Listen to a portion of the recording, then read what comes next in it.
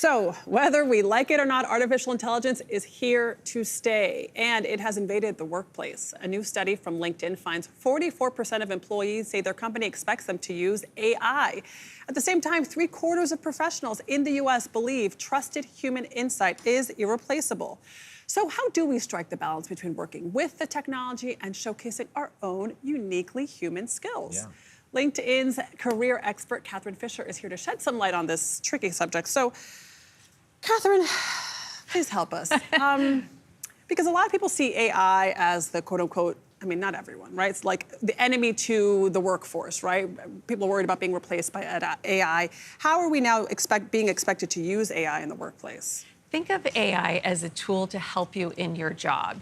It is not going to replace everything you do in it. It's going to make you more productive. It's going to make your job easier. So think of like a realtor. They have to spend time, drafting the marketing materials, scheduling the appointments. But really where they sell the homes is when they're walking you through, really making you believe that you could see yourself raising your family here. AI can take some of the, draft the marketing messages, et cetera. So all the comps. Exactly. Yeah. So if you think of AI as helping you in your job so that you can do the things you love, that little mind shift is going to unlock tons of opportunities for you. I heard a really interesting quote yesterday about how 80% of jobs will be affected at least 20% by AI, and then 20% of jobs will be affected 80% by AI. So this is something you need to take on, Adriana. Was that information that came from AI?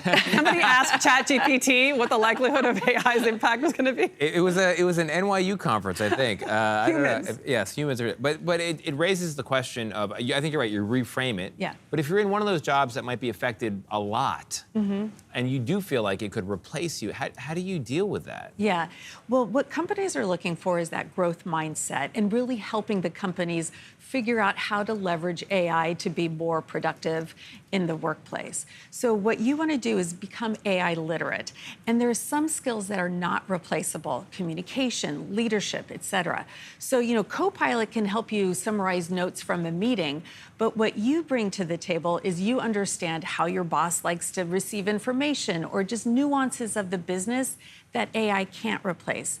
So Copilot, ChatGPT, they're there to help you, but it's that leadership, communication, collaboration, that's irreplaceable. So if someone is not AI literate, asking for a friend, what's a good first step or guide? Yes. First step is just to do bite-sized learning. Start listening to podcasts, taking tons of courses out there. You really just start small. Use it in your personal life. Go into ChatGPT, say, I've got these ingredients, help me plan a meal. Just those little things can help now you. we're talking. Yes, yes. Okay. And also, every day in my feed on LinkedIn, people are sharing, what prompts that they use, how they're using it. I even do a series on Steal My Prompt. Go out, hear what other Steal people My are... Prompt? What yes. is that? Well, steal your AI prompt. So that's what, the question that you ask. Okay. So, one of my favorites. I know what the prompt is like what search is. I understood that part, but is that Steal My Prompt is a series that you do where people put in what their prompts are? Okay. Yes, it's like the Boolean search term. The quotes. Copilot, I was like, what's that? That's okay. I find AI is really useful right now for all the things that happen in the country, and you're like, has this ever happened before? Yeah. Give me historical examples. I did read yesterday that OpenAI just released, you probably saw this, its first study on what the uses for ChatGPT are, and they are used more for practical reasons and less for, work-related reasons. Yeah, and I think it depends on, I would say that for, Copilot, I go into Copilot and I ask it to, I went on vacation and I said, can you summarize the emails that I missed from my boss?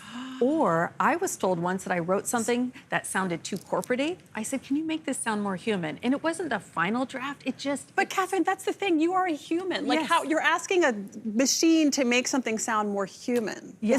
Don't you have something to gain by figuring it out yourself, how to soften the language a little bit? Yeah. It helps. It nudged me in the right direction, and then I took it and I put my own spin on it. It helped me understand where things were feeling. Okay. All right. Okay. You can also take pictures of your outfits and then send it to AI and say, is this cute for work or not professional enough? That's what spouses are for. I know, but little do you know that Brian's actually just taking the photo you sent him and uploading it to AI and then telling you what AI said. Oh my gosh, I have so many questions now. All right, Catherine Fisher, thank you so much.